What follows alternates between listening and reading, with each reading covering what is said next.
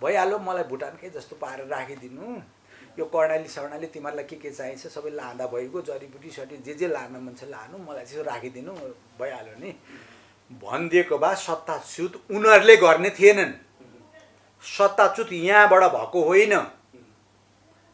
लाग्दो हामीले सत्ताच्युत गऱ्यौँ भन्ने नानी पिठ्यौमा बोकेर खुँडा खुकुरी लिएर हाम्रा सुत्केरी आमा दिदी बहिनीहरूसम्म पनि निक्लिन्छन्। यस्तो खालको ब्लड छ। उनीहरूकै सीमा सुरक्षा हाम्रा छोराहरूले गरिदिएका छन्। भयावह पारिदिन्छु भन्नुहुन्छ।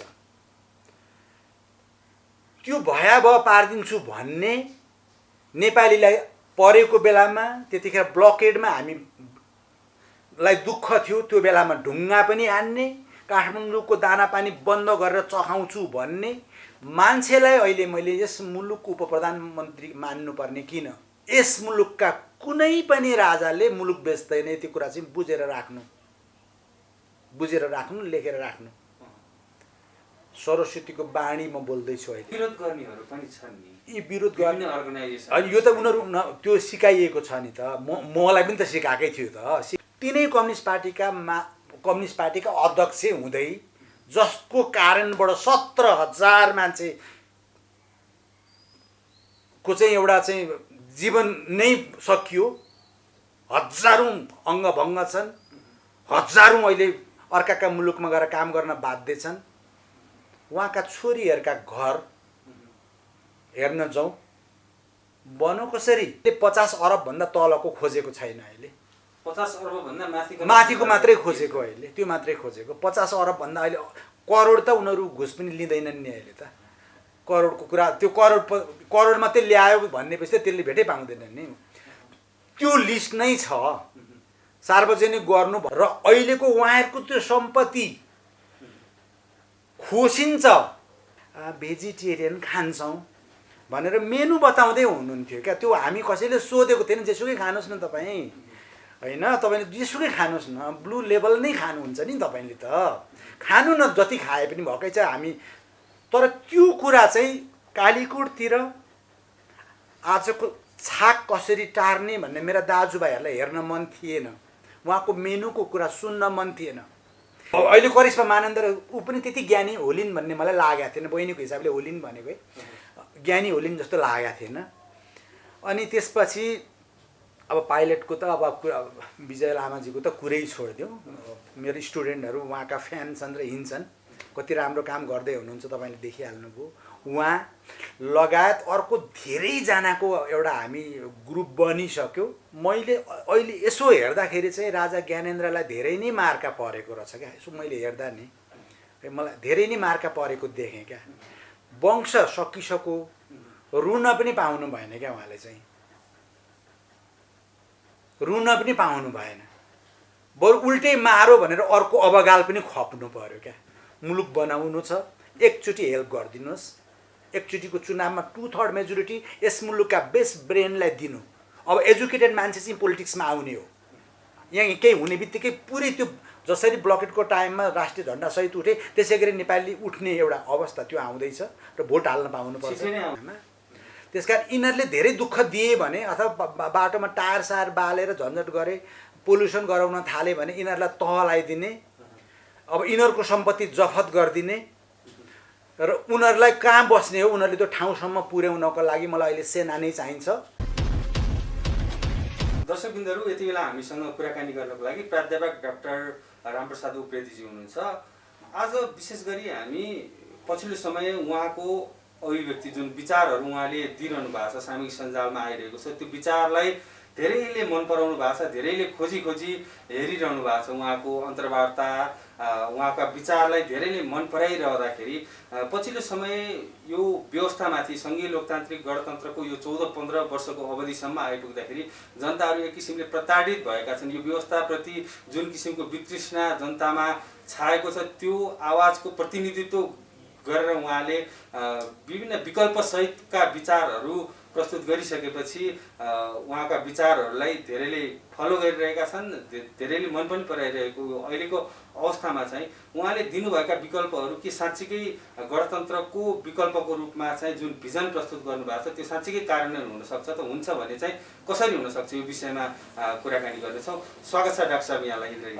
धन्यवाद इन्द्रेणी खबर.com सन्दीप भाइ र हाम्रो टिमलाई समसामयिक प्रश्नहरूको लागि धन्यवाद पनि दिन चाहन्छु।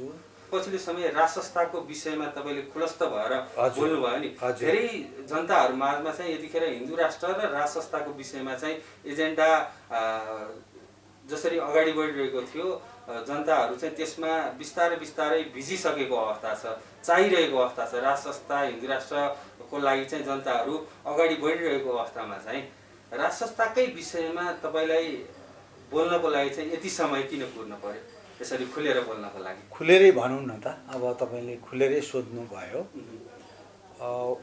वास्तवमा म एउटा लेफ्टिस्ट ब्याकग्राउन्डबाट हुर्केको मान्छे र मेरा जीवनका अधिकांश वर्षहरू चाहिँ तात्कालीन पञ्चायती व्यवस्था र राजतन्त्र एवं राज संस्था विरोधी कुराहरूमा बित्यो।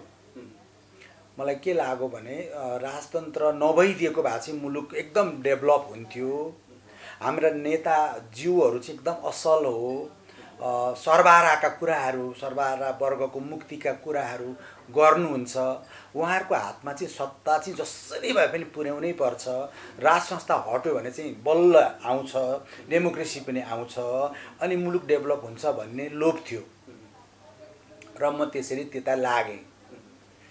धेरै वर्ष लागेँ, एक वर्ष 2 वर्ष मात्रै होइन, बाल्यवस्थादेखि धेरै वर्षसम्म 2067 सालसम्म।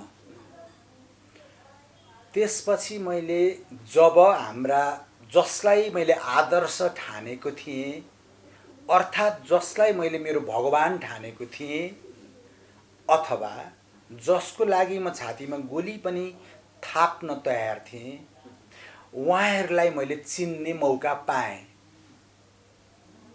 मैले आफैले गएर खोज्नु नै परेन, सार्वजनिक मिडियामा नै के भन्नुभयो भने उहाँहरूले एकअर्काको कुरा सुदूरपश्चिमतिरको ठुलो जनसमुदायको माझमा टेलिभिजन पनि छ, लाइभ टेलिकास्ट, लाइभ कुराहरूमै यस मुलुकको पूर्व प्रधानमन्त्री ज्यूले के भन्नुभयो भने मलाई माओवादी भन्ने मनै पर्दैन, पुष्पकमल दाहाल त मनै पर्दैन, अझ त्यो दिन त उहाँले छविलाल नै भनेको थियो जस्तो लाग्छ, छविलाल भन्नुभयो कि पुष्पकमल भन्नुभयो बिर्सेँ मैले, मनै पर्दैन, त्यसकारण मैले पार्टी छोडेँ भन्नुभयो। अनि त्यसको लजिक के दिनुभयो पार्टी छोडेको भने क्यान्टनमेन्ट भनेपछि जुन जनमुक्ति सेनाहरूको चाहिँ एउटा व्यवस्थापन गरिएको थियो, त्यो गर्ने क्रममा सेना चाहिँ थोरै, सङ्ख्या देखाइयो धेरै, एउटा अर्को हरेक जनमुक्ति सेनाको पैसा काटेर अरबौं प्रचण्डले थुपारेको रहेछ, लुकाएको रहेछ।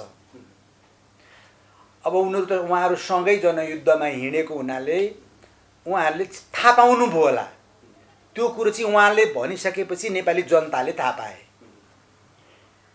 मैले आदर्श मानेको नेता आफ्नै जनमुक्ति सेनाको मा कमिसन खान्छ भने उसको हातमा राज्यको बागडोर पर्दा कति खान्छ, कति भोक लागेर छ भन्ने कुरो प्रष्ट भइगयो।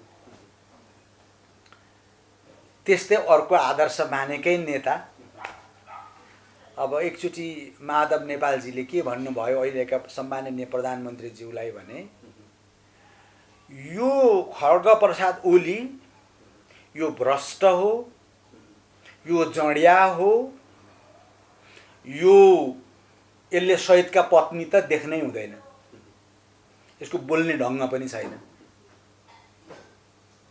एउटा मुलुकको प्रधानमन्त्री भइसकेको मान्छेले आफ्नै पार्टीका अर्का नेतालाई जो प्रधानमन्त्री पनि भइसकेका छन् त्यो भनेको कुरो पनि मैले पटक पटक टिभीमा देखेर सुने। भनेपछि अनि उहाँको विरुद्धमा यो भनेको इन्डियन गोटी हो, रले खेलाएको देशद्रोही हो भनेर माधव नेपालकै बारेमा पनि भनियो। त्यसै गरेर आरजु लगायत देउपाजी भनेको भरत जङ्गम एकजना राष्ट्रप्रेमी मान्छे हुनुहुन्छ। उसको ड्राइभरसँग डेरा सेयर गरेर बस्नुहुन्थ्यो कुनै ठाउँमा, त्यो अहिले नभनौँ। अहिले अरब होइन खरबौँको सम्पत्ति उहाँसँग पनि छ, नेपाली काङ्ग्रेसका अरूसँग पनि छ, तर सबैसँग छैन। म सबैलाई चाहिँ भन्दिनँ मैले भनेको कुरा। नेपाली काङ्ग्रेसको कुरो बुझिगयो, माओवादीको कुरो बुझिहाल्यो, एमालेको कुरो बुझिहाल्यो। अब राप्रपाकै कुरा गर्नुहुन्छ भने म सबैको बारेमा अहिले धेरै कुरा नभनौँ, म विरोधको लागि मात्रै बोलिराखेको छैन। उहाँहरूको सम्पत्ति कसरी कमाउनु भएको छ, कसरी जोडिएको छ, पञ्चायती व्यवस्थामा को भ्रष्टाचारी थिए भन्ने यी सब कुराहरू जब मैले राम्रोसँग बुझेँ,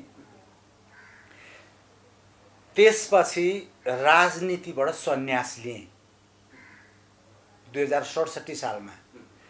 गलत मान्छेको झोला बोकेछु मैले, गलत मान्छेको निर्देशनमा हिँडिछु मैले त कम्युनिस्टहरू भनेका चाहिँ आदर्श हुन्छन् भनेर मैले रियल कम्युनिस्टहरूको जीवनी पनि पढेर प्रभावित भएको। हाम्रो नजिकैको मुलुक चाइना, माओ त्से-तुङको जीवनी पढेर पनि म धेरै प्रभावित भएको। होचिमिनको जीवनीबाट प्रभावित भएको, किम इल सुङको जीवनीबाट प्रभावित भएको, चे गुएबाराहरू मनपर्ने संसारभरिका असल मान्छेहरूको जीवनी पढेको र त्यही रूपमा मेरा नेता पनि हुन् नि त भनेर पो मन पराएको थिएँ त। कुरा त्यसो होइन रहेछ। उहाँहरू राजनीतिमा किन लाग्नु भएको रहेछ भने कुनै दिन सत्तामा हामी पुग्यो भने चाहिँ बेसरी धन सम्पत्ति कमाउला, मोज मजा गरौँला। आखिर नेपाली जनता यिनै हुन्, बेकुब बनाउन सकिहालिन्छ भन्ने उहाँहरूको रहेछ। ल भइगयो, धन सम्पत्ति त उहाँहरूलाई धेरै नै लोभ लाग्यो, कमाउनु भयो। अब ठिक्क 1 अरब 2 अरब अथवा कति जतिमा लिमिट राखेर अरू चाहिँ अब परेन है भनिदिएको भए हुन्थ्यो। उहाँहरू अगाउनेवाला हुनुहुन्न र लुट्न छोड्नेवाला हुनुहुन्न र कानुनले उहाँहरूलाई छुँदैन। उहाँहरूलाई चाहिँ न अख्तियार लाग्छ, न कसैले न सम्पत्ति जाँचबुझ गर्नेहरूले खोज्न पाउँछन्। एकचोटि एउटा जमानामा एउटा कस्तो कानुन ल्याएको थियो भने नेताहरूको खोज्नै नपाउने एउटा कानुन पनि ल्याएको रहेछ। नेपालका लागि नेपाली भन्ने एउटा संस्थाको बालकृष्ण एउटा अधिवक्ता हुनुहुन्छ, बालकृष्ण नेउपानेजी, उहाँले पछि धेरै लडेर सम्पत्ति चाहिँ खोज्न पाइन्छ है भन्ने सम्म चाहिँ गर्नुभएछ। तर आजका दिनसम्ममा पनि 1-2 एक्सेप्सन छोडौँ, राजनीतिक प्रतिशोध सान्नका लागि खुम्बादुरजीलाई र जोशी उहाँहरूलाई एरेस्ट गरेको कुरा छ। होइन भने अरू कसैलाई पनि कसैले खोज्दैन। खोज्ने निकाय पनि उहाँले नि बनाउनुहुन्छ। त्यसको प्रमुख नै भ्रष्टाचार गर्न सिकाउने सिपालु हुन्छ। त्यसको प्रमुख नै अरब र खरबपति हुन्छ। 2-4 दिन यसो राख्यो भने पनि छोडेर सफाई दिइन्छ। एउटा त्यो सम्पत्तिको मात्रै कुरा भएको भए ठिकै छ, अब हामीलाई गरिबै पारे अब चित्त बुझाउन सक्थेँ होला। पछिल्ला दिनमा अब मैले अध्ययन गर्न थालेँ। जब उहाँहरूको सक्कली रूप देखेपछि नागरिकता सम्बन्धी कुरा उठ्छ, पटक पटक किन उठ्छ भनेर म खोज्न लागेँ। खोज्ने क्रममा के थाहा पाइयो भने हाम्रो मुलुकमा चाहिँ हाम्रो छिमेकी मुलुकले पहिल्यैदेखि गिद्धे दृष्टि लगाएको रहेछ। यहाँका खोला नालाहरू अहिलेको मात्रै कुरा छैन, धेरै अगाडिको कुरा छ। यो मातृका प्रसाद कोइरालासम्म भन्नुहुन्छ कि त्योभन्दा अब कहिलेसम्मका कुरा अगाडि कहाँसम्म जाने हो। उहाँहरू गुलामीबाट हटेपछि गुलाम हुनुभयो धेरै वर्ष, 100 वर्षसम्म ब्रिटेनको गुलाम हुनुहुन्थ्यो उहाँहरू। अनि त्यसपछि यहाँका खोला नाला, किन हामी खोला नाला र यो जडीबुटीमा र हरेक प्राकृतिक कुराहरूमा वर्ल्डको रिचेस्ट चाहिँ नेपाल हो। बीबीसीको एउटा डकुमेन्ट्रीले के भनेको छ भने संसारको सबैभन्दा सुन्दर राष्ट्र नै नेपाल हो भनेको छ। उसले त्यो धर्म नछाडिकन एउटा सत् कुरा भनेको हो। मैले मेरो मुलुक भनेर भनेको होइन। म यो कुरा चाहिँ संसारभरिको जुनसुकै फोरममा पनि प्रमाणित गर्न सक्छु। नेपाल जस्तो सुन्दर मुलुक संसारमा कहीँ छ भने मलाई देखाइदेऊ एकचोटि। एउटा सानो मुलुकमा 14वटा नदी कल कल कल बगेकी छन् सृष्टि भएका दिनदेखि। जडीबुटी लगायत धेरै कुरा रहेछ र अर्कोको दृष्टि परेछ।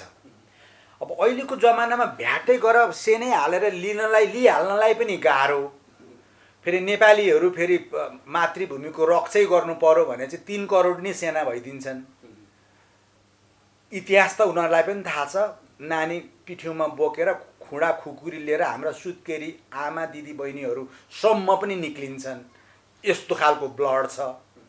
उनीहरूकै सीमा सुरक्षा हाम्रा छोराहरूले गरिदिएका छन्।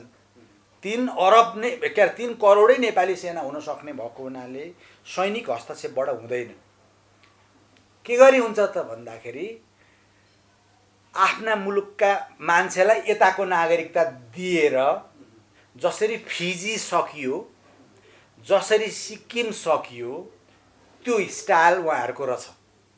र उताका मान्छेलाई नागरिकता दिने, यहाँ दिलाउने, म्याक्सिमम जसरी हुन्छ दिलाउने। अहिलेसम्मका दिनमा 70 लाख जति उताका मान्छेले नेपालको नागरिकता लिएका छन्।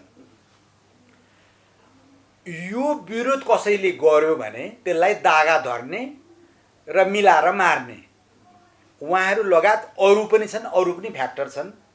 त्यसरी यस मुलुकको राष्ट्रवादी छोरालाई मारियो। मदन भण्डारीलाई 2050 सालमा जेठ 3 गते खोलामा जीवराज आश्रितहरू चढेको गाडी दुर्घटना भनियो, तर उहाँहरूलाई मारियो। मुलुक किनभने एउटा राष्ट्रवादी नेता भइदियो, अन्तर्राष्ट्रिय छवि भइदियो, मुलुक एक ढिका पार्ने भयो, मुलुकलाई शक्तिशाली पार्ने भयो र जनतालाई जगाउने भयो भनेपछि उनीहरूको लागि घातक भनेपछि मारिहाले। त्यसपछि अलिक पछि बुझ्दै जाँदाखेरि राज संस्था भनेको चाहिँ यस मुलुकको मियोको रूपमा रहेछ। राज संस्थाले अथवा यस मुलुकको राजाले यो मुलुक बेच्दैनन्, कहिल्यै पनि बेच्दैनन्, जति नै पैसा दिए पनि बेच्दैनन्। इभन भुटानको राजा जस्तो भएर बसन भन्दा पनि मान्दैनन्। उहाँहरूमा एउटा चाहिँ के हुँदो रहेछ भने स्वाभिमान हुँदो रहेछ। बडा महाराज धिराज पृथ्वीनारायण शाहले एकीकरण गरिदिएको एउटा हिस्ट्री छ उहाँहरूसँग। पृथ्वीनारायण शाहले जोडिदिनु भएको थियो, एकीकृत गरिदिनु भएको थियो र पो म अहिले नेपाली हुँ, नेपाल छ, मेरो मुलुक छ भन्न पाएँ त मैले। अनि त्यो भएको हुनाले राज संस्थालाई पृथ्वीनारायण शाहले फेरि राष्ट्रियताको कुरा ल्याउने, परराष्ट्र नीतिका कुरा ल्याउने, न्याय निसाबका कुरा ल्याउने, मुलुकको उन्नति प्रगतिका कुरा ल्याउने, सबै कुरा गर्ने र बहादुर वीर पनि भएको हुनाले र उहाँले यो फिरङ्गीहरूलाई मुलुकमा बस्न नदिनु, यिनीहरूले नाश पार्छन् भनेको हुनाले त्यतिखेरैदेखिको उनीहरूसँगको रिसिपी छ। र यो संस्था नमास्तासम्म नेपाललाई नेपालीहरू कमजोर हुँदैनन्, नेपाली एकअर्कामा भिडाउन सकिँदैन र हाम्रा इच्छाहरू पुरा हुन सक्दैनन् भन्ने डिजाइन अनुसार राजा वीरेन्द्र एउटा डेमोक्रेटिक राजा, एजुकेटेड राजा, प्रजाप्रेमी राजा, ह्यान्डसम राजा, उहाँलाई चाहिँ संसारको जुनसुकै मुलुकमा जाँदा पनि त्यस मुलुकका राष्ट्राध्यक्षहरू लिन आउँथे, आफ्नो राष्ट्रको र नेपालको झन्डा हल्लाउँदै, राष्ट्रिय धुनहरू बजाउँदै, बाटाभरि ताली बजाउँदै, त्यो त्यस्तो एउटा चाहिँ लोकप्रिय राजा, शान्ति क्षेत्रको प्रस्ताव ल्याउने राजा र उसको वंश विनाश पार्दिए। मदन भण्डारीलाई मार्नु, राजा वीरेन्द्रको वंश नाश पार्नु कुरा एउटै छ। यहाँ कसैले भन्छन् दिपेन्द्रले गोली हानो, कसैले भन्छन् ज्ञानेन्द्रले दाजु मारो, भाइ मारा। यी फजुल कुराहरू अहिले हामी नगरौँ। मदन भण्डारीज्यूको पोस्टमार्टम टिमको मान्छे चाहिँ हो म। यी फजुल कुरा हत्या नै हो, हत्या हो, 100% हत्या हो, 100% हत्या हो। म प्रोफेसर हो, टिममा बसेको मान्छे हो, मसँग इभिडेन्स छन् भनेपछि सकिगयो नि कुरा। त्यसै गरेर त्यो कनेक्सन अब पछि मैले जोड्दै हेरेँ हो कि होइन त भनेर भन्दाखेरि त्यही फोर्स छ, त्यसले हाम्रो वंश विनाश गरिदियो र एउटा राम्रो राजकुमारको टाउका लगाइदियो। कालो पदार्थ खायो, सबलाई गोली हानो भनेर लगाइदियो। त्यसले भन्दैछ जसले देखेकै छैन, अन्दाज काट्दै छ। अथवा अर्को के भनिदियो भने होइन राजा हुनको लागि भाइ मारा भनेर अहिले राजा ज्ञानेन्द्रलाई लगाइदियो। त्यति गरेपछि त्यो राजासँग हाम्रो सबै घृणा जाने भयो, राज संस्थाप्रति नै हाम्रो घृणा जाने भयो, अनि हामी अझै कमजोर हुने भयौँ। उनीहरूको गेममा उनीहरू सफल भए। सिधा कुरा छ, सफा कुरा छ। छलफल हामी गरौँला, प्रमाण सबै बुझिसकेपछि अब हेर्नु है, राज संस्था त्यसरी सकेको रहेछ। थोरै मात्रै कम्प्रोमाइज गरिदिएको भए राजा ज्ञानेन्द्रले सत्ता छोड्नुपर्ने रहेन रहेछ। अहिले चाहिँ मैले बुझेँ। अब उहाँले भन्नुहुन्छ कि हुन्न मलाई थाहा छैन, आन्तरिक कुरा अहिलेसम्म बोल्नु पनि भएको छैन। भइहाल्यो, मलाई भुटानकै जस्तो पारेर राखिदिनु, यो कर्णाली सर्णाली तिमीहरूलाई के चाहिन्छ सबै लाँदा भइगयो, जडीबुटी सटी जे लान मन छ लानु, मलाई चाहिँ राखिदिनु, भइहाल्यो नि भनिदिएको भए सत्ताच्युत उनीहरूले गर्ने थिएनन्। सत्ताच्युत यहाँबाट भएको होइन, लाग्दो हामीले सत्ताच्युत गऱ्यौँ भन्ने लाग्दो हो। 62-63 को जनआन्दोलनले सत्ताच्युत भएका होइनन्। सत्ताच्युत त्यो आन्दोलन गराइदिनको लागि नै अनफन्डेड छ क्या, फन्डेड छ।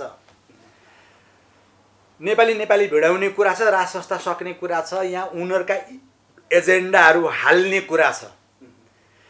त्यसकारण राजा ज्ञानेन्द्रलाई च्युत गरे। अरूले यिनीहरूका नाममा नेपाली छोराछोरीहरू जो बुझ्दैनन् यी सबै कुरा, भ्रममा छन्। अनि अब यो कुरा पनि मैले बुझेँ, मुलुक सक्ने कुरा रहेछ भन्ने पनि मैले बुझेँ। त्यतिखेर बुझ्दै गएँ। जब मैले पार्टी छोडेर सिरियसली नागरिक भएर मैले अध्ययन गर्न थालेँ। त्यसो गरेका छन् उनीहरूले नागरिकताको लागि र यो मुलुक सक्नको लागि। पछिल्लो कडी आयो अध्यादेशको।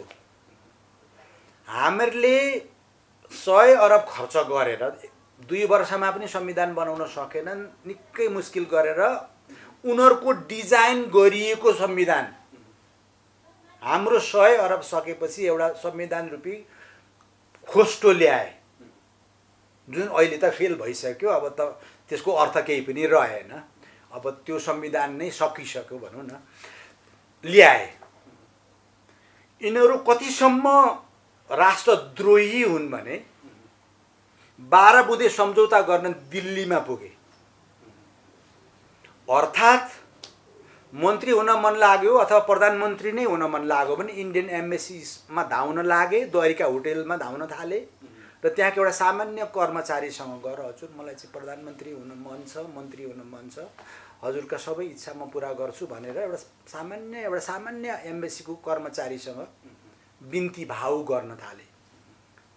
अलिकति सचेत नागरिकले यस्ता कुराहरू बुझ्छन् र बुझ्न थालियो। जब अनि यो पछिल्लो अध्यादेश किन ल्याइयो भने करिब 1.5 करोड जति भारतीय नागरिकहरूलाई नागरिकता दिलाउनको लागि यो अध्यादेश सम्बन्धी र यो नागरिकता सम्बन्धी धेरै नै विवादित भएको हुनाले संसदमा डिबेटमा छ क्या। यो संसदले पास गर्नुपर्छ। त्यत्रो भइसकेपछि त्यसलाई कोल्याप्स पारिहाल्यो। अनि अध्यादेशबाट यो ल्याइयो र 60 पास गर्ने सिद्धिको नागरिकता बाँड्न थालिहाल्ने। पान पसल जस्तो उता पारिपट्टि मान्छे यतिकै खुलो हाम्रो खुलो भनेर लिनलाई तयार छन्। तर सर्वोच्च अदालतले यो कार्यान्वयन नगराउन अन्तिम अहिले दियो। त्यस अर्थमा मैले मेरो सर्वोच्च अदालतलाई, किनभने त्यहाँ पनि काङ्ग्रेस न्यायाधीश, कम्युनिस्ट न्यायाधीश हुन्छन् र अदालतप्रति पनि मेरो धेरै कुरामा असहमतिका कुराहरू होलान्, तर अहिलेको जुन इस्यु मुलुक सकिने नै खालको स्थिति जुन बनेको थियो त्यो अध्यादेश आएर उनीहरूले पाएनन्। त्यस अर्थमा म मेरो सर्वोच्च अदालतलाई धेरै धेरै धन्यवाद दिन चाहन्छु। अब त्यसो गरिसकेपछि अब राजेन्द्र महतोहरू उहाँहरूलाई रिस उठ्यो, उथल पुथल गरिदिन्छु भन्न थालिसक्नुभयो। महन्त ठाकुरजीहरू उहाँहरूको जन्म कताको त्यो सबै कुरा हामी हेर्दैछौँ। गरेन भन्ने कुरा अब ल्याउनु थाल्नुभयो। मलाई लाग्छ अहिलेको उप प्रधानमन्त्रीको पोस्टबाट हटेको भोलिपल्ट उता फेरि बोर्डर पारी जानुहुन्छ, यता ढुङ्गा हान्न थालिहाल्नुहुन्छ। काठमाडौँको दानापानी बन्द गरिदिन्छु भन्नुहुन्छ उहाँले। यो मुलुक त उहाँलाई मतलबै छैन नि। यसको अर्थ हाम्रा तराईका दाजुभाइ दिदीबहिनीहरूले नागरिकता पाउने कुरामा दुःख पाउनु भएको छ भने त्यो चाहिँ नहोस् भन्ने हो है। फेरि तर यो अध्यादेशले पनि त वास्तविक तराईका नागरिकहरूलाई न्यायता दिने कुरा त गरेकै थिएन नि। त्यसरी ल्याइएकै होइन नि त। यो त पारीको डिजाइन अन्त यसलाई सक्नलाई, मुलुक सक्न र मुलुक कब्जा गर्न र नेपाललाई चाहिँ फिजीकरण र सिक्किमीकरण गर्ने हिसाबले ल्याइएको हो नि त। अब अहिले रोकियो, त्यसकारण राजेन्द्र महतोजी रिसाउनु भएको छ, महन्त ठाकुरजी पनि रिसाउनु भएको छ। भयावह पारिदिन्छु भन्नुहुन्छ, किनभने पहिल्यै 60-70 लाख उताका छँदैछन्, अझै पनि उताकाले दिइहाल्छन्, ढुङ्गासुङ्गा जे दिनुपर्ने दिइहाल्छन्। भयावह पारिदिन्छु भन्नुहुन्छ। त्यो भयावह पारिदिन्छु भन्ने नेपालीलाई परेको बेलामा, त्यतिखेर ब्लकेडमा हामीलाई दुःख थियो, त्यो बेलामा ढुङ्गा पनि हान्ने, काठमाडौँको दानापानी बन्द गरेर चखाउँछु भन्ने मान्छेलाई अहिले मैले यस मुलुकको उप प्रधानमन्त्री मान्नुपर्ने किन? नेपाली दाजुभाइ, देशभरिका र संसारभरिका रहेका दाजुभाइसँग मेरो प्रश्न, हामीले तिरेको ट्याक्सबाट त्यो गाडी कुदाउने राइट उहाँलाई किन दिने? र ऊ जस्तो राष्ट्रद्रोही मान्छेलाई जसरी पनि धेरैवटा मन्त्रालय दिएर सत्तामा ल्याउनु पर्ने बाध्यता अहिलेका प्रधानमन्त्रीलाई के छ? म प्रश्न सोध्न चाहन्छु। यो एन्सर उहाँले मलाई दिनुपर्छ। म नागरिक हुँ, भेट त उहाँले दिनुहुन्न। खैर, अब म भेट्नु त्यसरी जाँदा पनि जान्न परेन। प्रयास त गर्नुभयो? प्रयास त गरेँ, एक दुईवटा कुरा फिडब्याक दिनको लागि। अब कसैले पोस्ट पाएन, आक्रोश भन्छन्, त्यो भन्नेलाई भन्न दिनु, त्यो अर्थ रहेन मेरो लागि। उहाँले त 1900 पटक यो मन्त्री परिषदै गरिसक्नुभयो होइन? उहाँको फेरि आफै शक्तिशाली पनि भन्नु, उहाँ आफै अब हेर्नु, अध्यादेश जुन नागरिकता जस्तो संवेदनशीलमा उहाँले नि म मान्छु भन्नुहुन्छ। मदन भण्डारीलाई कतिको मान्नुहुन्छ, बौद्धिले जनवादलाई कतिको मान्नुहुन्छ, त्यो कुरा अब हामी डिबेटमा ल्याउँला पछि। त्यही कुराबाट मदन भण्डारीलाई मारिएको छ, राज संस्था सकिएको छ, राजा ज्ञानेन्द्रलाई च्युत गराइएको छ, भाइ भाइमा लगाइदिएर। मुलुक क्राइसिसमा जान्छ भन्ने थाहा छ। उनीहरूले हाम्रो हित चिताउँदैनन् भन्ने कुरो पनि थाहा छ। किनभने महाकाली सन्धिमा पनि त बत्ती दिउँला भनेकै थिए नि, किनिदिउँला भनेकै थिए नि, खोला लगिगए। अब हामीसँग त कुलो मात्रै छ, आधा आधा पनि भन्न पाइएन। बत्ती पनि आउँदैन, डिपिआर पनि बन्दैन, दिने त नियतै छैन। त्यो कुरा उहाँलाई थाहा छ। उहाँलाई के बाध्यता पर्यो? त्यतिका धेरै मन्त्रालय यो मुलुक विरोधी मान्छेलाई दिनुपर्ने। उहाँले भन्नुपर्छ सार्वजनिक ठाउँमा हामी मान्दैनौँ। सत्ता र शक्तिमा रहिरहन पर्यो नि। सत्ता र शक्तिमा सधैँ रहन सकिँदैन, यो कुरा पनि बुझे हो। त्यसकारण मैले त के चाहन्थेँ भने, अब एकै ठाउँमा जन्मेको, एउटै स्कुलमा पढेको, एउटै बाटो हिँडेको, एक किसिमको मेरो ब्लड रिलेसन पनि भएको, एउटै कुवाको पानी पनि खाएको हुनाले यो झमेलामा पर्नुभन्दा सर्लक्कै राजीनामा दिएर छोडिदिनुहोस्। यो अलिक कम्प्लिकेटेडै छ, किन नागरिकता सम्बन्धी कुरो अब वंशै सखाप गर्छन् भने सिरियसै छ नि त कुरा। छोडिदिनु राम्रो, किन प्रधानमन्त्री भइहाल्नुभयो, पार्टीको अध्यक्ष भइहाल्नुभयो, अब यसो बस्ने एक दुईवटा दुई चारवटा यसो घरसर बनाएकै छ, अलिअलि द्रव्य सबै पनि व्यवस्था भएकै होला, छोडिदिएको भए पनि हुन्थ्यो। अथवा संसदलाई नै डिसिजन गर भनेर त्यहाँ चाहिँ हाम्रो आक्रोश चारपट्टि बाँडिन्थ्यो नि त। अब सबै सभासदहरूलाई हामीहरू गाउँमा पस्न दिन्छौँ कि दिँदैनौँ भन्ने हिसाब त छँदैछ नि। केही कुराहरू पास गरे भने यही मुलुकका नागरिक हुन्, फेरि गाउँमा जानु पर्ला, हिसाब किताब त त्यहाँ हुन्थ्यो। त्यसकारण यी सबै कुरा बुझिसकेपछि मियोको रूपमा के रहेछ राजतन्त्र, त्यसकारण म राजावादी भएँ। नेताहरूले देश बेच्ने रहेछन्, राजाले त्यो कहिल्यै पनि गर्दैनन्। यो पृथ्वीभरिको सबै वैभव दिउँला, तेरो मुलुकको मलाई एक भित्ता माटो किन्न दिएन भन्दा पनि दिँदैन। एक भित्ता मुलुक त कुरै छोडिदिनुहोस्, किनभने त्यस्तो प्यारो लाग्छ क्या मान्छे। तर अहिले यो लिपुलेख लिम्पियाधुरा कालापानीको कुरा गर्दा हजुर, राजा महेन्द्रले नै बेचे त्यो त्यति बेला तत्कालीन समयमा भनेर राजा महेन्द्रले बेचेको भन्छ भने त्यो मान्छेलाई कारबाही हुनुपर्छ। राजा महेन्द्रले बेच्दैनन् क्या, ऊ त झन् देशप्रेमी मान्छे। साटे भन्छन् र हो त्यसै गर्छन् र भ्रम पार्छन् र हामी राज संस्थाप्रति हाम्रो विश्वास टुटाउन खोज्छन्। यस मुलुकका कुनै पनि राजाले मुलुक बेच्दैन, यति कुरा चाहिँ बुझेर राख्नु, लेखेर राख्नु। सरस्वतीको बाणी म बोल्दैछु अहिले। तर यिनीहरूले चाहिँ मौका पर्यो भने मुलुक मातृभूमि भनेको आमा हो, त्यसमा बग्ने खोला नाला भनेको पनि मातृभूमिमा बग्ने आफ्नो खुन नै हो, रगत नै हो, आफ्नो प्राणै हो। पैसा दिनुहोस् बेचिदिइहाल्छन्। जसरी अहिले चुरे सक्दैछन्, यहाँका गिट्टी, त्यहाँका बालुवा, त्यहाँको जङ्गल, त्यहाँको सबै खनिज, सबै कुराहरू हजारौँ लाखौँ ट्रकबाट बाहिर पठाउँदैछन्, त्यसलाई मरुभूमि पार्दैछन्। त्यो त धार्मिक महत्त्व पनि छ, भौगोलिक महत्त्व पनि छ, सामाजिक महत्त्व पनि छ, जियोग्राफिकली पनि त्यो ठाउँ नहुँदा तराई सकिन्छ। तराई नहुनु, चुरे नहुनु भनेपछि नेपाल सकिन्छ, सक्ने डिजाइन अन्तर्गत। नागरिकता पनि ल्याउने, चुरे पनि सक्ने। पहिला महाकालीमा पनि धोका खाइसकिएको, यो अहिले पछि चुचे नक्साका कुरा सुरा यी सबै यो यी अब खेल रहेछन्, स्ट्यान्ड मात्रै हो यिनीहरू सबै। त्यो चाहिँ खेल हो, खेल। अलिकति राष्ट्रियताको कुरा ल्याएपछि नै भोट आउँछ। त्यसो भएको हुनाले अहिले पनि ढिलो भएको छैन, माफी माग्दै राजीनामा दिएर छोडिदिए भयो। अथवा अब यो कोर्टले संसदलाई फेरि ल्याइदिन्छ होला, के गर्ला। अब उहाँहरूसँग मेरो विश्वास छैन। तर पछिल्लो समय त हजुर उहाँले हिन्दुत्वको नारा उठाइदिनु पछि हो, अदिमा जलरी चढाइदिनु भयो। अहिले पछिल्लो समय बजेटमा पनि पशुपतिनाथ लगायत माडीमा राम मन्दिरको लागि बजेट पनि छुट्याइदिनु भएको छ।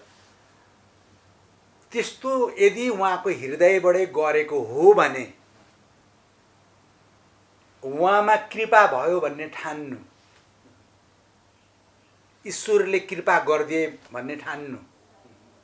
यदि पशुपतिनाथमा उहाँले चाहिँ गर मैले गल्ती गरेको छु, मलाई क्षमा दिनु भनेर क्षमा, यदि हाम्रो वैदिक सनातन भगवान राम, माता जानकी, राजा जनक, अष्टवक्र आदि उदि देशका सबै धार्मिक महत्त्वको कुराहरू बुझेर हामी चाहिँ यो हो भन्ने कुरो रियलाइज गरेर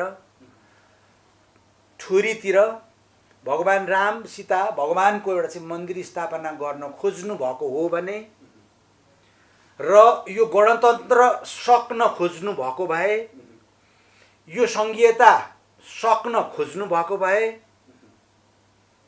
र यो अर्काले लादिएको धर्मनिरपेक्षता नाश गर्न खोज्नु भएको भए, इन द रियल सेन्स यदि हो भने अहिलेका प्रधानमन्त्रीलाई म जय भनिदिन्छु। त्यसो होइन, त्यसो भएको भए चाहिँ र 2/3 मेजोरिटी तपाईलाई दिउँला, तपाईले भोट माग्न जानु पनि पर्दैन, त्यति गरिदिनु।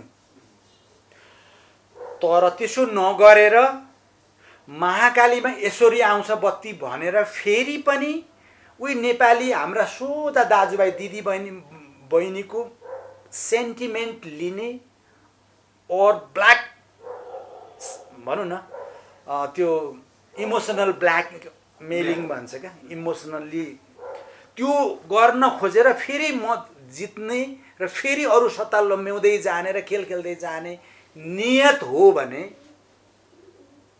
प्रचण्डजीहरू जसरी फुटपाथमा पुग्नुभयो तपाईँ पनि पुग्नुहुन्छ। लेखेर राख्नुहोस्, म ईश्वर मान्ने मान्छे, म आध्यात्मिक मान्छे, मसँग रिजन छन्। तर जनताले त पत्याउँछ नि, जनतामा त्यो किसिमको चेतना जनताले अझै पनि केही समय अझै झुकिन सक्छन्। त्यसकारण उठ्न आवश्यक पर्यो। म मात्रै होइन, मसँग त अहिले धेरैजना मभन्दा धेरै नै जान्ने मान्छेहरू, मभन्दा धेरै नै मुलुकलाई माया गर्ने मान्छेहरू चिने क्या मैले, बल्ल बल्ल बल्ल बल्ल चिने लकिली। र उहाँहरूसँग जोडिने अवसर पर्यो र म जोडिएको छु र म एक्लो छुइनँ। मसँग धेरैवटा अर्गनाइजेसनहरू, अब अहिले त राष्ट्रलाई माया गर्ने अर्गनाइजेसन अटोमेटिकली जोडिँदै गए। अहिले पछिल्लो समय त्यसरी छलफल भइरहेको छ। जिल्लाबाटै आएका छन्, नेपालबाट मात्रै होइन संसारभरिबाटै आयो।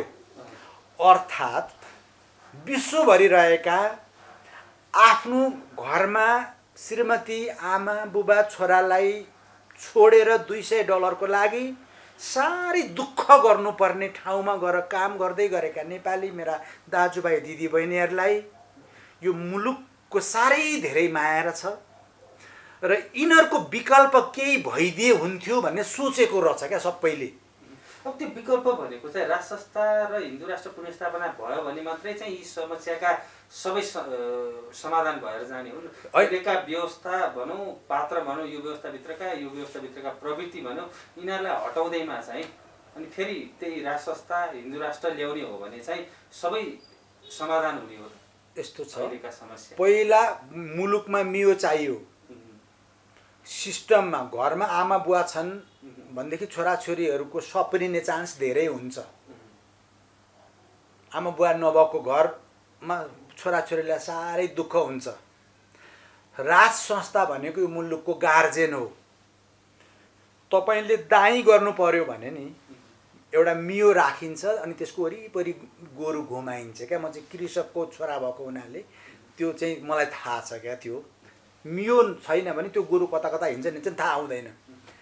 राज संस्था भनेको मेरुदण्ड, यस मुलुकको मेरुदण्ड, हाम्रो गार्जेन। हामी सबै नेपालीलाई जोडिन सजिलो र संसारले पनि हामीलाई भ्यालु दिन्छ। संसारले भ्यालु दिन्छ क्या। नेपाल भनेको एउटा हिन्दू कन्ट्री, हिन्दू किङडम के भनेर दिन्छ। पछिल्लो समय सुन्नु, हजुर, राजा ज्ञानेन्द्र शाहको भारत भ्रमणले देखायो नि विश्व हिन्दू सम्राटको रूपमा लिइसक्यो। उनीहरूले चाहे विश्वभरको हिन्दूहरूले त त्यसै पनि चाहिहाल्छन् नि। किनभने हामी त वैदिक कालदेखि नै राजा र प्रजाका कुरा मान्छौँ नि त। राजा दशरथका कुराहरू सुनेको छैन, राजा जनकका कुरा सुनेको छैन, त्यसपछिका राजाका। भगवान् बुद्धको फादर पनि त राजा हो नि त। अर्थात् हामी राजा र प्रजाको कुरा छ क्या हाम्रो संस्कारमा, त्यो चाहिँ हामीलाई सुट गर्छ। राजाले देश बेच्दैन, राजाले मुलुकलाई माया गर्छ र आफ्नो छोराछोरी जस्तै प्रजालाई माया गर्छ। तर यहाँनिर प्रश्न छ नि, हजुर, राजा त ल्याउने, हजुर, कस्तो ल्याउने, सेरेमोनियल ल्याउने कि सक्रिय ल्याउने कि भन्छन् र कसैले चाहिँ एकताको प्रतीकको रूपमा संसदले चुनेको राज संस्था, यसरी छलफल अगाडि बढिरहेको छ नि। यहाँ मलाई चाहिँ के लाग्छ भने अब मैले चाहिँ अब राज संस्था भएका धेरैवटा कन्ट्री घुमि पनि सकेको र त्यहाँको राज संस्थाको बारेमा अलिअलि ज्ञान पनि भएको हुनाले राजा अहिले चाहिँ एक्टिभ नभएको राम्रो। किन पावर लिइसकेपछि जस पनि आउँछ, अबजस पनि आउँछ एक्टिभ राजा भएपछि। तर एक्टिभ राजा छैन, पावर छैन, सेरिमोनियल छ हैन। कुमारीमा जान्छ अथवा हाम्रो चाहिँ अब भनौँ न भोटो मचिन्द्रनाथको भोटो हेर्न जान्छ। अब विदेशी राजदूतहरू आउँदाखेरि टक्क राजदरबारमा गएर आफ्ना क्रेडेन्सियल्सहरू बुझाउँछन्। अब राजा एजुकेटेड, एकदम हाइली एजुकेटेड छ, बोल्न पनि राम्रो, पर्सनालिटी पनि राम्रो छ। त्यो एउटा सान हो, हाम्रो मान हो क्या राज संस्था। एक्टिभ हुँदाखेरि रिस गर्छन् क्या फेरि मान्छेले। पावर जति जनतैलाई छोडिदेऊ न त, जेसुकै गरून् भनेपछि सबै नेपालीले एक किसिमले भन्छन् भगवान् विष्णुको अवतारको रूपमा लिन्छन् राजालाई। त्यसै गरी फेरि मान्छन्। कहिले पनि विवादित हुँदैन राज संस्था र फेरि 100औं वर्षसम्म राज संस्था जान्छ। कसैले केही बोल्नै पाउँदैनन्। त्यसकारण विरोध गर्नेहरू पनि छन् नि, यी विरोध गर्ने अर्गनाइजेसन। यो त उनीहरू त्यो सिकाइएको छ नि त। मलाई पनि त सिकाएकै थियो त, सिकाइएको छ। कतिलाई फन्डेड पनि छन् क्या। पृथ्वीनारायण पनि सिकाइयो, के सिकाइयो? मलाई त अब राज संस्था विरोध गर, पञ्चायती व्यवस्थाको विरोध गर, मार्क्सिजम पढ, लेनिनिजम पढ, माओ थट पढ, यस्तै यस्तै कुरा सिकाइयो नि त। त्यस्तै गरेर सिकाइया छ। पृथ्वीनारायण शाहको फोटोमा थुक भनेर पनि सिकाइया छ। पैसा तिरेको छ त्यसको लागि। यहाँ जातीय युद्धहरू खोजिरहेछन् नेपाललाई सक्नको लागि। अर्थात् उनीहरूको इन्ट्रेस्ट भनेको चाहिँ फ्री तिब्बत गराउने एउटा इन्ट्रेस्ट पनि छ।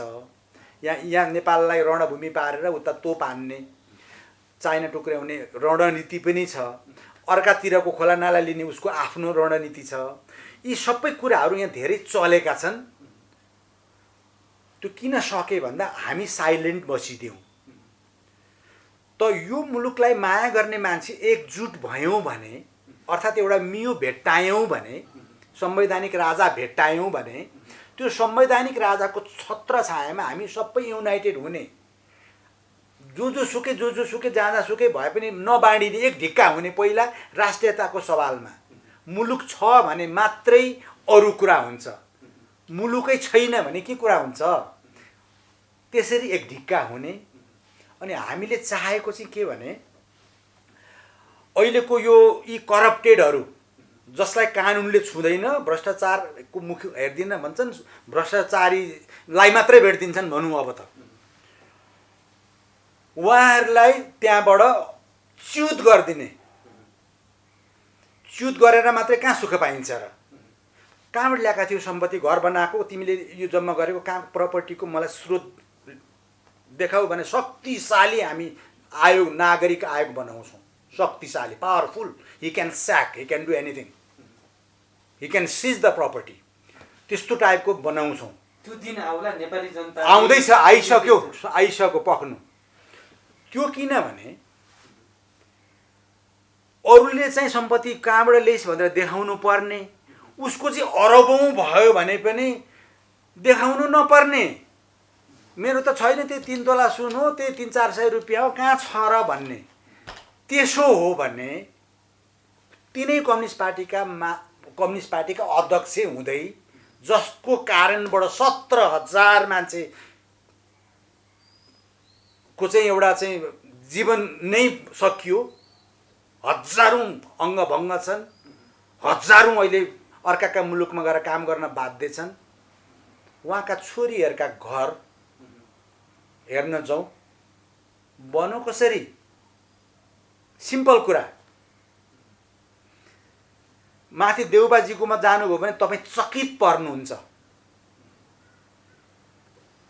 लन्डनमा सोफामा सुतेको, उहाँ सोफामा केही नभएर, भरत जङ्गमको ड्राइभरसँग कोठाको पार्टनर भएको देउबाजीले प्रपर्टीको स्रोत देखाउनु पर्यो।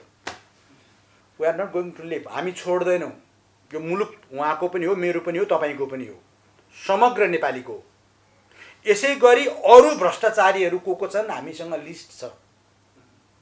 यिनीहरूले स्वदेशमा राखेको पनि र विदेशमा पठाएका कुरा पनि छन्। यहाँ सयौंको सङ्ख्यामा छन् कि हजारौंको सङ्ख्यामा छन्?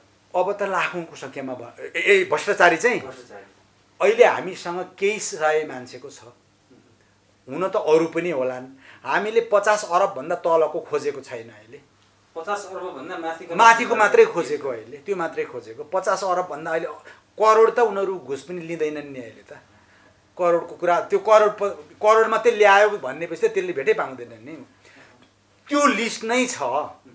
सार्वजनिक गर्नु भन्नु भन्छ, प्रेस कन्फरेन्समै गरौँला नि, हामी के छ र? त्यसकारण हामी के चाहन्छौँ भने धेरै पर्खिने समय छैन। छिटोभन्दा छिटो पहिला यो सकिनु पर्यो। यो सकिनको लागि पिपल उठ्नु पर्यो र 2/3 मेजोरिटीको अर्को सरकार बनाउनु पर्यो। सानो सरकार, 120-25 जनाको सरकार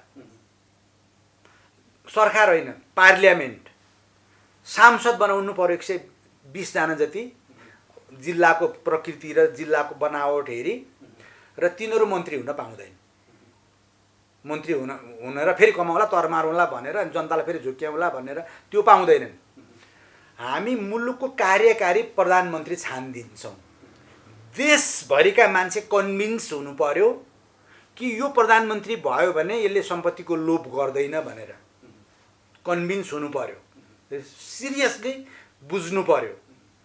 भोटिङ राइट बाहिर रहेका 80 लाख नेपालीले पनि पाउनु पर्यो।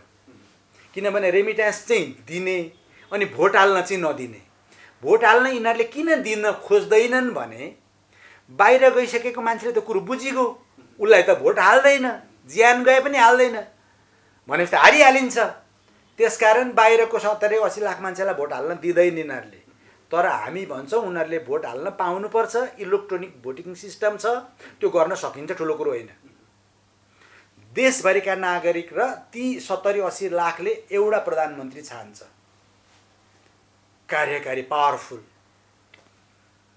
अब उसको थ्रुबाट विभिन्न मन्त्रालयहरू बन्छन्, सानो क्याबिनेट बन्छ।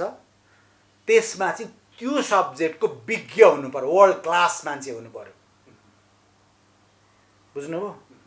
अन्डर मेट्रिकलाई हामी परराष्ट्र मन्त्री बनाउँदैनौँ। मेरो मुलुकको मान मर्दन गर्नु छैन। किनभने त्यस्ता मान्छे विदेशमा गयो भने उसको एकाडेमिक ब्याकग्राउन्ड के हो, कहाँबाट आएको त्यो हेरिहाल्छन्।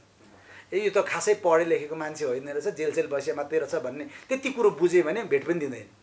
राजदूत हुनलाई त स्नातक, राजदूत हुन त उनीहरूको केही अर्थै रहेन नि। उनीहरूलाई कति पैसा बुझायो त्यसको अर्थमा राजदूत हुन्छ। त्यसले मेरो मुलुक रिप्रेजेन्ट गर्ने अरे, बेइज्जत गरेन। त्यसकारण त हामी हेपिँदैछौँ त। राजदूत हुन हरेक पोस्ट, अब त्यो क्याबिनेट त एकदम एक्सिलेन्ट हुन्छ। हामी अर्को पनि के गर्दैछौँ भने कानुनी भाषा वर्ड नभनौँ, उसलाई बोलाउन पाउने मसँग अधिकार हुनु पर्यो। एनी टाइम तिमीले काम गरेनौ, तिमी फिर्ता आऊ, अथवा अपराधै गर्यो भने त जेलै हिँड भन्ने अधिकार चाहिँ पिपलमा राख्ने। त्यो कार्यकारी प्रधानमन्त्री लाएर उसको क्याबिनेटको मान्छेलाई। अब यो यस्तो खालको कन्सेप्ट छ। शक्तिशाली आयोग एकदम बनाउने कुरा छ र यिनीहरूको सबै सम्पत्ति सिज गर्ने कुरा छ। अब यो कुरा गर्नको लागि अलिकति अप्ठ्यारो के छ भने अब अहिले सेना पनि उनीहरूको बुट ओसार्दा अब तपाईको हजुर कुरा गर्दै हजुर बीचमा प्लिज प्लिज प्लिज जस्तो सिज गर्ने भन्नु भएको छ, हजुर छानबिन गर्ने भन्नु हजुर भएको छ। एउटा नेताको विरुद्धमा कुनै एउटा सानो अभिव्यक्ति दियो भने त जेल पार्छन् अथवा कार्यकर्ताले सडक घेर्छन्। हजुर अनि त्यो गर्दाखेरि अहिलेका राजनीतिक दलका कार्यकर्ताहरू चुप लागेर बस्ला। उठे भइगयो त, उठ्नुहुन्न त, कति दिन उठ्नुहुन्छ? उठे भयो। कोरिया कसरी भन्यो? सेनाले लिएको हो पावर। सेनाले लिएर एकचोटि पुरा सिस्टम ल्याएर पछि डेभलप भइसकेपछि मात्रै गरेको हो।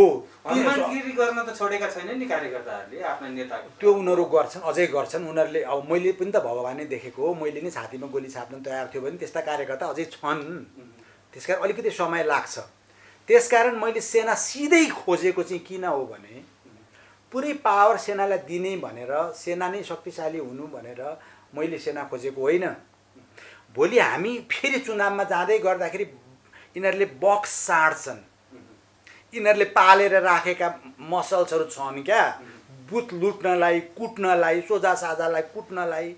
र यिनीहरूले अहिले अरबौँ कमाएको भनेको चुनाव जित्नलाई पनि हो। किनभने एक प्लेट मासु दिँदाखेरि मान्छे फक्किहाल्छन्, एक ग्लास रक्सी दिँदा फक्किहाल्छन्। उनीहरूलाई सबै थाहा छ नि त। त्यसो हुन दिन्नौँ। हामी सबै अब कलेक्टिभली लागेका छौँ।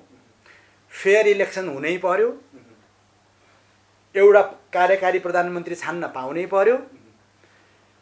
त्यसो भएको हुनाले अहिलेको सेनासँग जुन अब मैले चाहिँ अब कोरियाको स्टाइल दिन्छु, मलाई अहिले बर्माको स्टाइल दिन एक्जाम्पल दिन मन छैन, किनभने एकचोटि सेनाले लिनु कहिलेसम्म लिनु भने अब जब हामी इलेक्सन हुन्छ, जब इलेक्टेड प्राइम मिनिस्टर हुन्छ, त्यसपछि तपाईँहरू चाहिँ सरकारको मातहतमै बस्ने हो, सरकारको मातहतमै बस्ने हो। एउटा फेयर इलेक्सन हुने बेलासम्म चाहिँ र त्यो ग्रुप चाहिँ सत्तामा 2/3 मेजोरिटी, फेरि त्यो अलिअलि सामान्य बहुमत हो भने बरु मतै नहाल्दै भयो। नेपाली दाजुभाइ दिदीबहिनीहरूलाई ठिकै छ, उहाँहरूलाई नै छोडिदिउँ, हामी यस्तै गरेर नुनको लागि लाइन बसौँला, उहाँहरूलाई अझै घर थप्न दिउँ भन्ने नि हो भने बरु ठिकै नै छ, केही भएन। होइन भने 2/3 नै चाहिन्छ, किन हामी यो अहिले यो कानुन संविधानहरू त चेन्ज गरिदिन्छौँ, यो त फेल भएको संविधान हो नि त, अलरेडी फेल संविधान हो, किनभने यसले 94% मान्छेको अभिमतलाई यसले चाहिँ रिफ्लेक्ट गरेन। यो संविधानको कुरा गर्दा हजुर 47 को संविधानै फेरि लिएर आउन भन्नेहरू पनि छन् नि ठुलो जन। होइन संविधान होइन, हेरौँ न 47 को संविधानले कति कुरा राम्रो भनेको छ। पछिल्ला संविधान होइन, वर्ल्डको बेस्ट संविधानहरू हामीहरू अहिले तुरुन्तै डाउनलोड गऱ्यौँ भने एकैछिनमा थाहा पाउँछौँ। 20 दिनमा साँच्चीकै रियल राम्रो जनतासँगको फिडब्याक सहितको उनीहरूलाई मनपर्ने संविधान दिन 20 दिनमा सकिन्छ, त्यो ठुलो कुरै छैन। ड्राफ्ट भएर बाहिरबाट आउनु पर्दैन, ड्राफ्ट भएर बाहिरबाट आउनु पर्दैन, 4 वर्ष लाउनु पनि पर्दैन, 100 अरब पनि सक्नु पर्दैन, त्यो सजिलो कुरा छ। हामी निकाल्छौँ संसारका बेस्ट संविधानहरू ल्याएर डाउनलोड गरेर हेरेर अध्ययन गरेर निचोड निकाल्छौँ र हाम्रो मुलुक सुहाउँदो त मैले भनिहालेँ, संवैधानिक राजतन्त्र, कार्यकारी प्रधानमन्त्री, शक्तिशाली आयोग र अहिलेको उहाँहरूको त्यो सम्पत्ति खोसिन्छ। यदि उहाँहरूको पसिनाबाट कमाएको हो, पैतृक हो भने त हामीले केही गर्न मिल्दैन, सबैको सम्पत्ति कमाउने अधिकार हुन्छ, हामीलाई त्यसमा केही पनि छैन। तपाईँका पनि परिवार छन्, तपाईँले पनि खानुपर्छ, तपाईँका पनि छोराछोरी छन्, तपाईँले पनि पढाउनुपर्छ, ठिक छ, सम्पत्ति राख्नुहोस्, जति मेहनत गरेर जति धेरै कमाउनुहुन्छ कमाउनुहोस्, के आपत्ति भएन, हामीले सम्पत्तिकै रिस्क चाहिँ गरे होइन। तर तपाईँले यति धेरै कमाउनु भयो, आय स्रोत 0, यति धेरै कमाउनु भयो कि तपाईँलाई देख्दा लाज भयो क्या मान्छेलाई, विदेशीहरू नै छक्क पर्दा रहेछन्। इभन अमेरिका जस्तो मुलुकमा पनि मेहनत गर्नुपर्छ कि पैसा कमाउनलाई। एउटा डक्टरको र एउटा लेबरको उस्तै हुन्छ वेजेसहरू। एक किसिमले भन्नुहुन्छ भने अमेरिका चाहिँ कम्युनिस्ट कन्ट्री हो, एक किसिमले भन्नुहुन्छ भने त्यस्तो धेरै फरक छैन। तपाईँले इन्कमको स्रोत देखाउनै पर्छ, तपाईँ जति पनि पैसा ब्याङ्कमा राख्न पाउनुहुन्न, त्यहाँ त कडा छ। हाम्रो उहाँहरूलाई चाहिँ खोज्न पनि नमिल्ने, जति कमाए पनि हुने। अस्ति एउटा नेताले भन्नुभयो क्या, उहाँले आफ्नो खानाको मेनु भन्नुभयो अब जनतालाई, त्यो कसैले सोधेका थिएनन्। मेरो बिहानको चाहिँ नन भेज खान्छु म, अर्थात् माछा मासु विभिन्न भेराइटी, बिहान चाहिँ मेरो त्यस्तो खालको खाना हुन्छ, नन भेज हुन्छ। बेलुका चाहिँ हामी अहिले भेजिटेरियन खान्छौँ भनेर मेनु बताउँदै हुनुहुन्थ्यो क्या। त्यो हामी कसैले सोधेको थिएन, जेसुकै खानुहोस् न तपाईँ, होइन तपाईँले जेसुकै खानुहोस् न, ब्लू लेभल नै खानुहुन्छ नि तपाईँले, त खानु न, जति खाए पनि भएकै छ हामी। तर त्यो कुरा चाहिँ कालीकोटतिर आजको छाक कसरी टार्ने भन्ने मेरा दाजुभाइहरूलाई हेर्न मन थिएन, उहाँको मेनुको कुरा सुन्न मन थिएन। हिजो उहाँकै लागि राइफल बोकेर हिँडे, आफू जस्तै नेपाली सेना, नेपाल प्रहरी, सशस्त्र प्रहरीहरूलाई आफ्नो शत्रु ठानेर मारे, वर्ग शत्रु भनेर मारे। ती दाजुभाइहरूलाई शहीद हुने त गइ नै गए, ती घाइतेहरूलाई उहाँको त्यो मेनु म बिहान यस्तो खान्छु, बेलुका यस्तो खान्छु भनेर त्यो मेनु हेर्न रहर थिएन। कति करोडको गाडीमा हिँड्नुहुन्छ, त्यो गाडी कसले दिएको, इन्कमको स्रोत खोइ, सम्पत्ति छैन भन्नुहुन्छ त। फेरि यो कुरा सिरियसली लिँदा भयो, उहाँहरूले आफ्ना कार्यकर्ताहरू अहिले उठाउन सक्नुहुन्छ। तर अर्को शक्ति पनि यति साह्रो अहिले निक्लिएको रहेछ, मलाई त म त यति खुसी भएँ। यस्तो होला भन्ने थाहा पाएको भए त यो 10 वर्ष म किन वेट गरेर बसेछु, 10 वर्ष अगाडि नै निक्लिनु पर्थ्यो भन्ने मलाई लागिरहेछ। किन त्यो जस्तो यहाँलाई नै यतिका समय लाग्यो त्यो बाहिर बोल्नको लागि जनताहरूले पनि स्पष्टसँग मुख खोल्न सकिरहेका छैन। इभिडेन्स बेस्ड हुनुपर्छ कि हामीले केही भन्दाखेरि नि अब हाम्रो एकाडेमिक लाइनमा म चाहिँ अब धेरै वर्ष 30औं वर्ष मेडिकल युनिभर्सिटीमा पढेँ पनि होइन। अनि हामीहरूले केही भन्दाखेरि चाहिँ वस्तुगत कुरामा मात्रै भन्नुपर्छ, अन्दाज गरेर होला कि भन्न मिल्दैन। अब मसँग त इभिडेन्स नै भइगयो नि, इभिडेन्स छ र जुनसुकै फोरममा पनि म पावर पोइन्ट प्रेजेन्टेसन गर्न सक्छु नि त। म भन्नुको मतलब मसँग सयौँ मान्छे हुनुहुन्छ, म भनेपछि उहाँहरूलाई भनेको है, मभन्दा धेरै नै जान्ने, धेरै नै बुझेको, धेरै नै प्रमाण जुटाएको र डिफ्रेन्ट सेक्टरको, फेरि तपाईँलाई लाग्दो डक्टर मात्रै होइन, हामीसँग अहिले कलाकार नै हुनुहुन्छ, एकदम राम्रो राम्रो कलाकारहरू हुनुहुन्छ। राष्ट्रको लागि हिँड्नु पर्यो, नामै भनिदिन्छु तपाईँलाई, मेरो भाइ नै हो निखिल उप्रेती।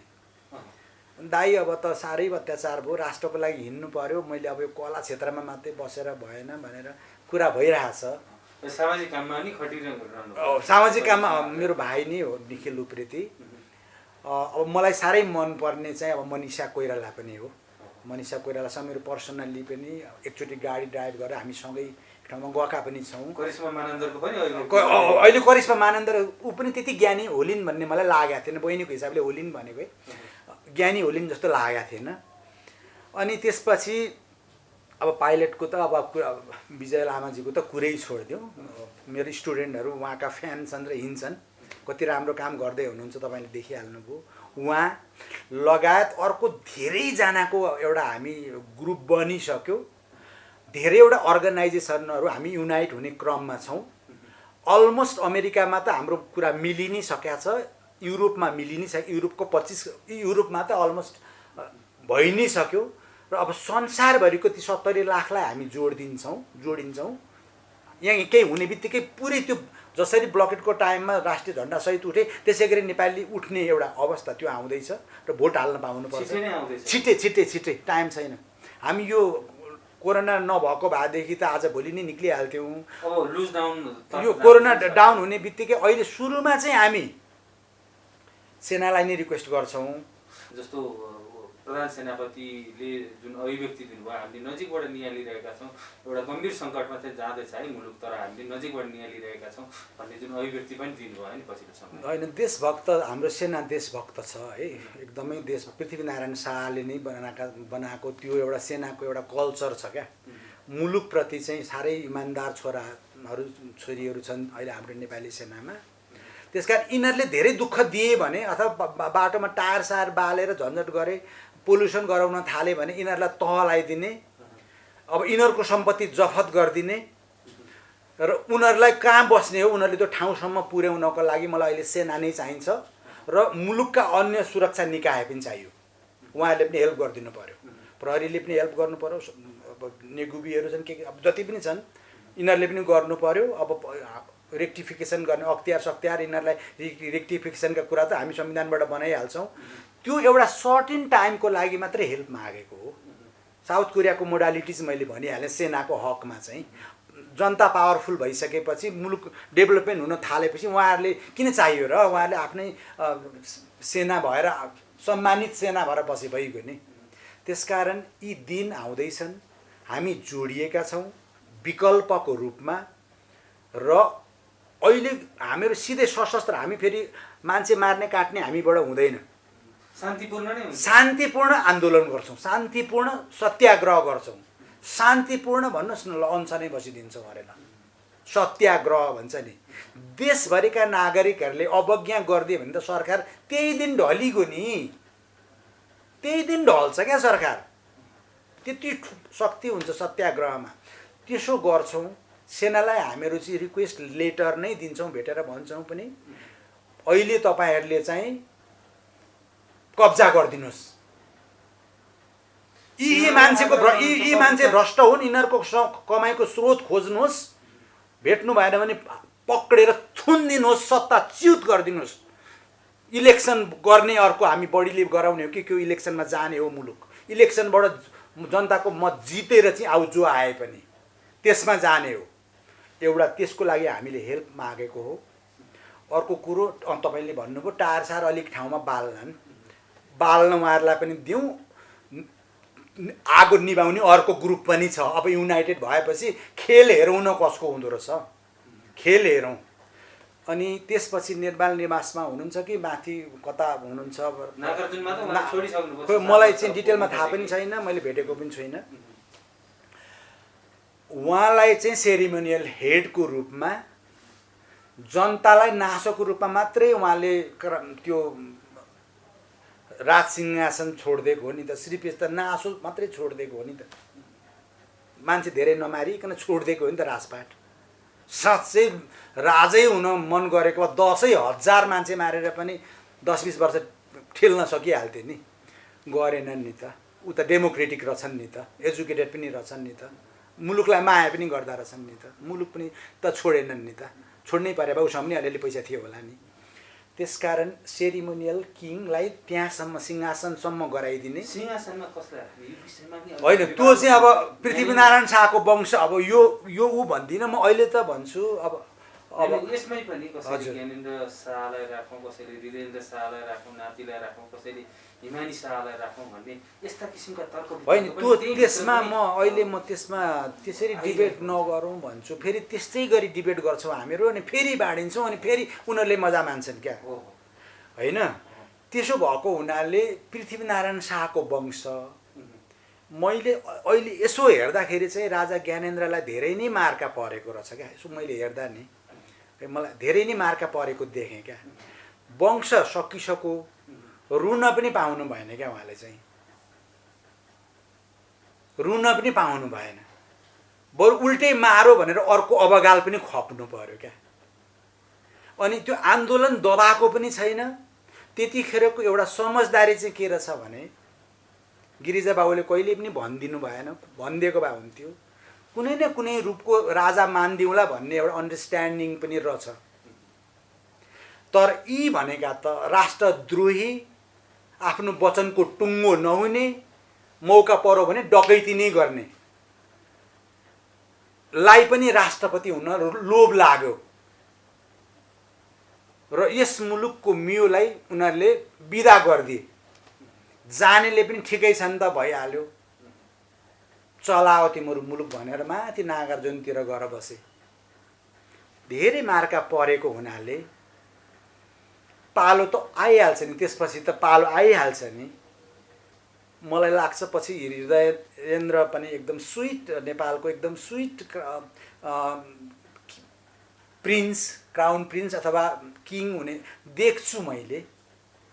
यी तपसिलका कुराहरू हामी एग्री भइसकेपछि पछि गरौँला नि। अहिलेलाई फर द टाइम बिङ चाहिँ मेरो विचारमा अब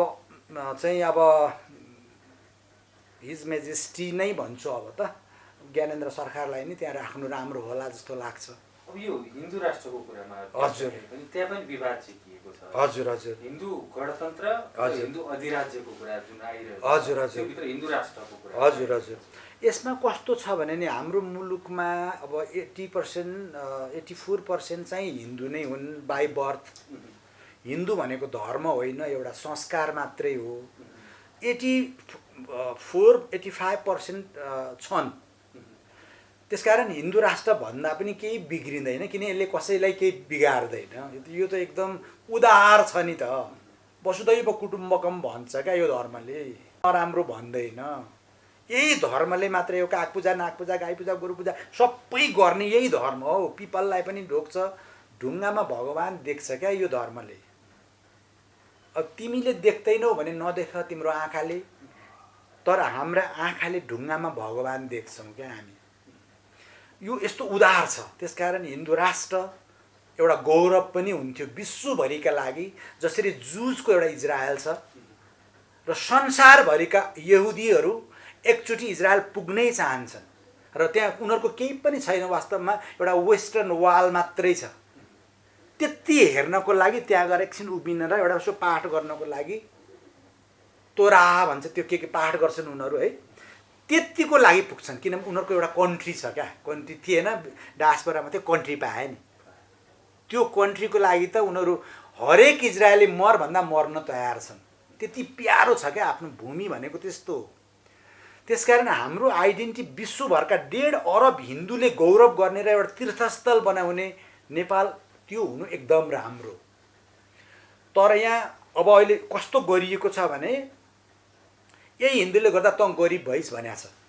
यहाँ सोसाइटीमा त्यहाँ 20 भर्ने डिफ्रेन्ट ग्रुपहरू छन् क्या। तँ एपिएस उसले गर्दा यस्तो हामीमा पनि अलिक कर्मकाण्डी पनि भए, हामी आफैले पनि छुवाछुतका कुराहरू हटाउन सकेनौँ। तल र माथि उच्च र निच जात भन्यौँ त्यो गलत हो। हाम्रो वैदिक कालमा वैदिक साम्यवादमा पनि समाजको कुरा हो। त्यो सिस्टम त हामी मिलाउन सकिहाल्छौँ नि। छुवाछुत सबै हटाउन सकिन्छ, त्यो सबैभन्दा राम्रो। तर भगवान् बुद्धको पनि जन्मभूमि भएको हुनाले हामीहरूले उहाँहरूलाई पनि कसो गरेर समेट्ने, किराँतको पनि आफ्नै धर्म छ, उहाँहरूलाई कसरी सम्मान गर्ने, प्रकृतिलाई मात्रै पूजा गर्नेहरू पनि छन्, उहाँहरूलाई कसरी समेट्ने, यी सबै खुसी हुन् र सबैलाई मेरो हो भन्ने परोस्। त्यो कसो गर्न सकिन्छ यसको बारेमा हामी छलफल गरौँ। वैदिक सनातन धर्म सापेक्ष राष्ट्र भन्दा हुन्छ कि हिन्दू राष्ट्र भन्दा हुन्छ कि मलाई त्यसमा धेरै उचाइ छैन। तर निरपेक्षता त हट्नै पर्छ, किनभने त्यो निरपेक्षता भन्ने चाहिँ संसारमा हुँदैन। न अमेरिकामा छ न बेलायतमा छ, त्यो हुँदैन।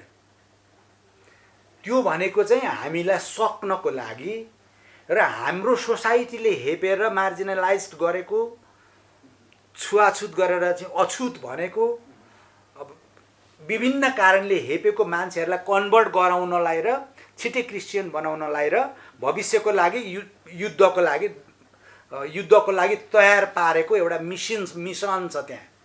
त्यसको लागि गरेको हुनाले त्यो निरपेक्षता हटाउनु पर्यो। धर्म परिवर्तन गर्न पाइँदैन, त्यो पाप हो। आफ्ना आफ्ना धर्म मान्न पाइयो मुलुकका, आयातित धर्म यहाँ चाहिएको छैन। तिम्रो धर्म तिम्रै मुलुकमा फापेन, मेरो मुलुकमा किन फाप्छ? उनीहरूको मुलुकमा जाँदा त फाप्या छैन नि, धर्म जाँदैन कोही पनि। उही राष्ट्रपतिले अमेरिकामा राष्ट्रपति हुनु पर्यो भने बाइबल छोर म बैमानी गर्दिनँ भनेर छुन्छन् एकचोटि, त्यस्तै उस्तै मात्रै हो। अब यहाँ हाम्रो गरिब मान्छे छन्, अलिकति चामल दियो, अलिकति डलर देखाइदियो, तँलाई अन्याय यसले गरेको भनेर लगाइदियो, हो रहेछ हो भन्छन्, परिवर्तन भएर जान्छन्। त्यसको लागि ल्याइएको निरपेक्षता जानु पर्यो सिद्धिको। हामीले संहिता धान्न सक्दैनौँ, 800 राजा पाल्न सक्दैनौँ। हाम्रो बजेटको 85% उहाँहरूलाई पाल्दा पाल्दै गयो, अरू गरिब हुँदैछौँ। यो पनि उड्नु पर्यो। गणतन्त्र किन चाहियो यत्रो मुलुकमा? 125वटा भाषा बोलिन्छन्, 120-22 थरीका, यो हाम्रो गौरव हो कि त्यो संसारमा। अमेरिकामा जानुभयो भने खानेकुराको धेरै भेराइटी छैन, युरोपमा जानुभयो भने पनि धेरै भेराइटी पनि छैन, कल्चर पनि छैन। हाम्रो त हरेक गाउँमा एउटा भेराइटी खाना छ, एउटा कल्चर छ, एउटा संस्कृति छ, एउटा संस्कार छ। संसारले त यो त कति लोभ गर्छ मलाई। एउटा गाउँभित्रै छ, वेशभूषा पनि छ, खानपिन पनि छ, बोल्ने भाषा पनि छ, र यो सबै फेरि एउटा परिवार जस्तो मिल्छ। फेरि एउटा नेपालीलाई काहीँ केही भयो भने अर्को नेपाली उतार हुन्छ। कस्तो प्रेम छ, त्यो देख्दा अरूलाई लोभ पनि लाग्छ क्या। त्यो चाहिँ हामीले मात्रै पाएको मातृभूमि नेपालमा जन्म चाहिँ भेरी लक्कीली हामीले पाएको। यो बिचमा चाहिँ अन्तिम चरणमा पनि छ कुराकानीको। हजुर, कसरी छलफलहरू अगाडि बढिरहेका छन् तपाईहरु? छलफलहरू फोन कलहरू पनि आइरहेका छन्, कसरी अगाडि बढ्ने भन्ने किसिमको छलफल पनि होला। र अलिकति मैले सोध्न चाहेको मदन भण्डारीको चाहिँ हत्या भएको, वीरेन्द्र वंशनाशको कुरादेखि लगायत विभिन्न कुराहरू बोलिरहनु भएको छ नि, यो बिचमा डर धम्कीहरू पनि आउँछन् कि आउँदैनन् तपाईलाई? अब यो डर धम्कीबाट चाहिँ पटक्कै नडराउने मेरो बच्चैदेखिको नेचर हो। मैले मेरो आमालाई, मेरो मातृभूमिलाई मेरो प्राणभन्दा अलिक धेर माया गर्छु।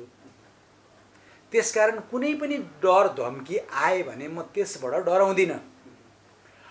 बरु तिमीले जहाँबाट मलाई डर धम्की दिन खोज्दैछौ, तिमी आफू चाहिँ केयरफुल भएर बस, किनभने तिमीले अपराध गरेका छौ। म सतको मार्गमा छु, सतको मार्गमा हिँड्ने मान्छे, मातृलाई माया गर्ने मान्छे, माटो सिरानीमा राखेर सुत्ने मान्छे, अलिकति कुरो बुझेको मान्छे, देशभरिका दाजुभाइ दिदीबहिनीहरू अब त साथैमा छन् र संसारभरिका नेपाली पनि साथैमा भएको मान्छे र उनको कृपा, उनलाई पनि बुझिसके। हुने त सबै कुरा उताबाट हो। अहिले मैले फेरेको सास पनि उनले दिएको, मेरो बसमा त मेरो सास पनि छैन, सबै कुरा उताबाट हुन्छ भनेपछि यस्ता मुलाई डर धम्की सम्की आदि उदीले मलाई छुँदैन। त्यस्तो मेसेजहरू आएको छैन अहिलेसम्म चाहिँ, आएको छैन। अहिलेसम्म बरु के आयो भनेर सोध्नु न। मैले मेरो प्रशंसा गरेको होइन, तपाईँले मेरो मोबाइलमा हेर्नुभयो हुन्छ, युट्युबमा कमेन्ट हेर्नुभयो हुन्छ। यस मुलुकमा त छोरा त रहेछन् त, कता लुकेका थिए, कति राहत भयो। गाउँ गाउँबाट अस्ति एकजना बुवाले फोन गर्नुभयो काभ्रेबाट, म धुरो धुरो रोएँ। अनि मलाई सोधिन् श्रीमतीले, भने किन भन्दा यस्तो यस्तो मान्छे रहेछन् त नेपालमा, विश्वासै नलाग्ने, सुन त भनेर इन्टरभ्यू सुन्दा श्रीमती पनि रोइन् भन्ने कुरा आयो। पाल्पाबाट भर्खर हिजो बेलुका पनि फोन आएको थियो, अघि बिहान पनि म कुरै गर्दै थिएँ। साह्रै चित्त बुझो, हामी सँगै छौँ, तपाईँका पाइला अगाडि बढाइराख्नु, जे परे पनि हामी छौँ भनेर त्यत्रो विकल्प खोजिराखेका छन्। बर्निङ एउटा चाहिँ सिचुएसन छ अहिले। त्यसकारण सेनाले फेरि पुनर्विचार गर्नु, सत्ता लिएर फेरि फिर्तै नदिनु। मैले भनेको अरू स्टाइल खोजेको होइन, मैले कोरियाको स्टाइल खोजेको हो। मुलुक बनाउनु छ, एकचोटि हेल्प गरिदिनुहोस्। एकचोटिको चुनावमा 2/3 मेजोरिटी यस मुलुकका बेस्ट ब्रेनलाई दिनु। अब एजुकेटेड मान्छे चाहिँ पोलिटिक्समा आउने हो, एक्टिभ, एकदम हामीले चिनिहाल्छौँ नि मान्छे, अब त धेरै टाइमै लाग्दैन नि। ती मान्छेको मुलुक दिने र छिटोभन्दा छिटो मुलुक बनाउने त्यो योजना छ। अहिले हामीसँग एक्सप्लोर गरौँला। बाहिर भएका नेपाली जसको हातमा सिप, अहिले त धेरै सिप छ, उनीहरूलाई ल्याउने र जुन जुन कुरा जसमा सिप छ त्यसैमा इन्भेस्ट गराइदिने। त्यो गर्ने बित्तिकै फटाफट जान्छ, हामीसँग त्यो सबै कुरा जाने भइहाल्यो। अर्को अहिले हाम्रै टिमकै एकजना डक्टर हुनुहुन्छ, जापानमा 10 वर्ष बसेर आउनुभएको, अब भ्युअर्सहरूलाई थाहा होला भनेर मैले खालि सेयर मात्रै गरिदिएको। एउटा हिम भन्ने एउटा यो गाँजाको एउटा चाहिँ भनौँ न भेराइटी जस्तो हुँदो रहेछ क्या। हुन त अहिले गाँजा पनि लिगल भइसक्यो, थाहा पाउनु भएको छ कि छैन?